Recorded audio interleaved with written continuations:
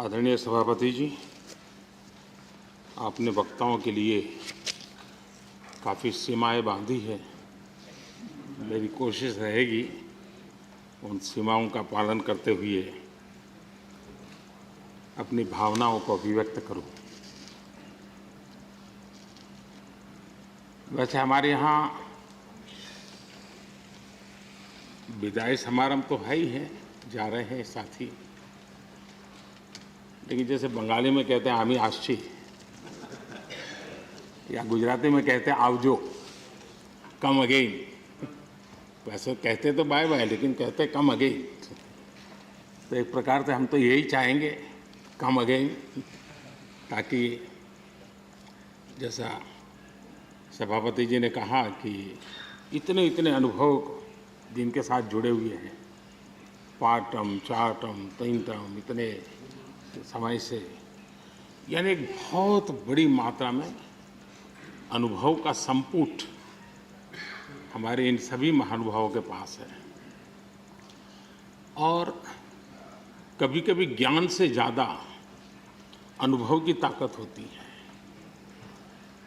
Academic knowledge की कभी कभी बहुत सीमाएं होती है,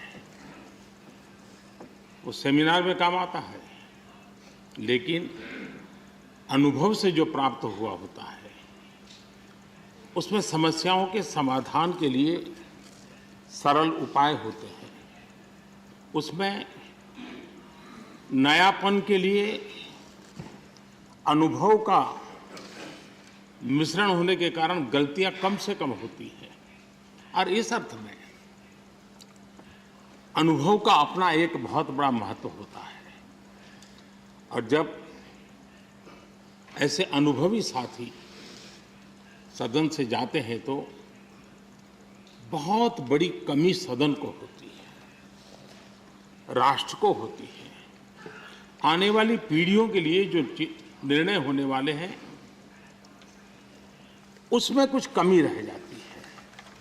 और इसलिए जब अनुभवी लोग जाते हैं उनके लिए यहाँ बहुत कहा जाएगा, लेकिन जब अनुभवी नहीं यहाँ है तब जो है उनकी जिम्मेवारी जरा और बढ़ जाती है।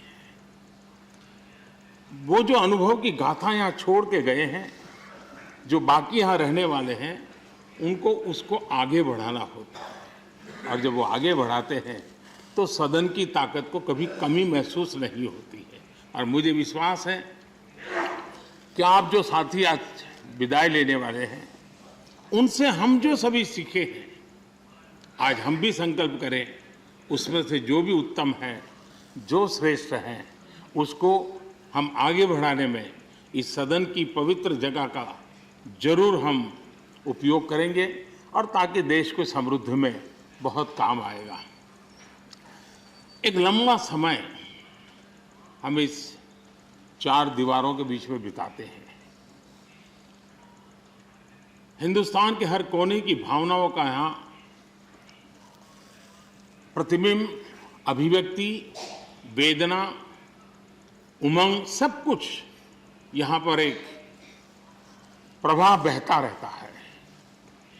और उस प्रवाह को हम भी अनुभव करते रहते हैं। लेकिन कभी हमको लगता होगा कि मैंने इस सदन में बहुत कुछ कंट्रीब्यूट किया, बहुत सच्चाई है, लेकिन साथ साथ इस सदन ने भी हमारे जीवन में बहुत कुछ कंट्रीब्यूट किया। हम सदन को देकर के जाते हैं, उससे ज़्यादा सदन से लेकर के जाते हैं, क्योंकि भारत की विविधताओं से भरी हुई सामाजिक व्यवस्थाओं से, अनेक प्रकार के उतार चढ़ाव वाली व्यवस्थाओं से निकली हुई चीज़ें, उसको हम प्रतिदिन अनुभव करते हैं सदन में। और इसलिए मैं आज यही कहूँगा कि भले हम इन 4 दीवारों से निकल रहे हैं, लेकिन इस अनुभव को राष्ट्र के सर्वोत्तम हित के लिए चारों दिशाओं में ले जाएं, चारों दीवारों में पाया हुआ चारों दिशाओं में ले जाएं, ये हम सबका संकल्प रहे। और हमारी ये भी कोशिश रहे कि सदन में अपने कालखंड में जो महत्वपूर्ण चीजें हमने कंट्रीब्यूट की हैं, जिसने देश को शेप दिया है, देश की दिशा को मोड़ा है। मैं चाहूँगा उन स्मृतियों को आप कहीं न कहीं शब्दबद्ध करें, कहीं न कहीं लिखें, ताकि कभी न कभी वो आने वाली पीढ़ियों को रेफरेंस के रूप में काम आएगी। कहीं पर भी हम बैठे हो, यहाँ हो या वहाँ हो, लेकिन हर एक ने अपने तरीके से कुछ न कुछ ऐसा कंट्रीब्यूशन किया होगा जिसने देश को दिशा देने में बहुत बड़ी भूमिका अदा की। इसको अगर हम संग्रहित करेंगे, मैं समझता हूँ कि ऐसा मूल्यवान खजाना हमारे पास काम आएगा जो आने वाले लोगों के लिए काम आ सकता है। यानी एक इंस्टीट्यूशनलाइज व्यवस्था के तहत उसका उपयोग हो सकता है। उसी प्रकार से मैं ये भी चाहूँगा, ये आज़ादी का अमृत महोत्सव है। आज़ादी के 75 साल हुए हैं। हमारे महापुरुषों ने देश के लिए बहुत कुछ दिया।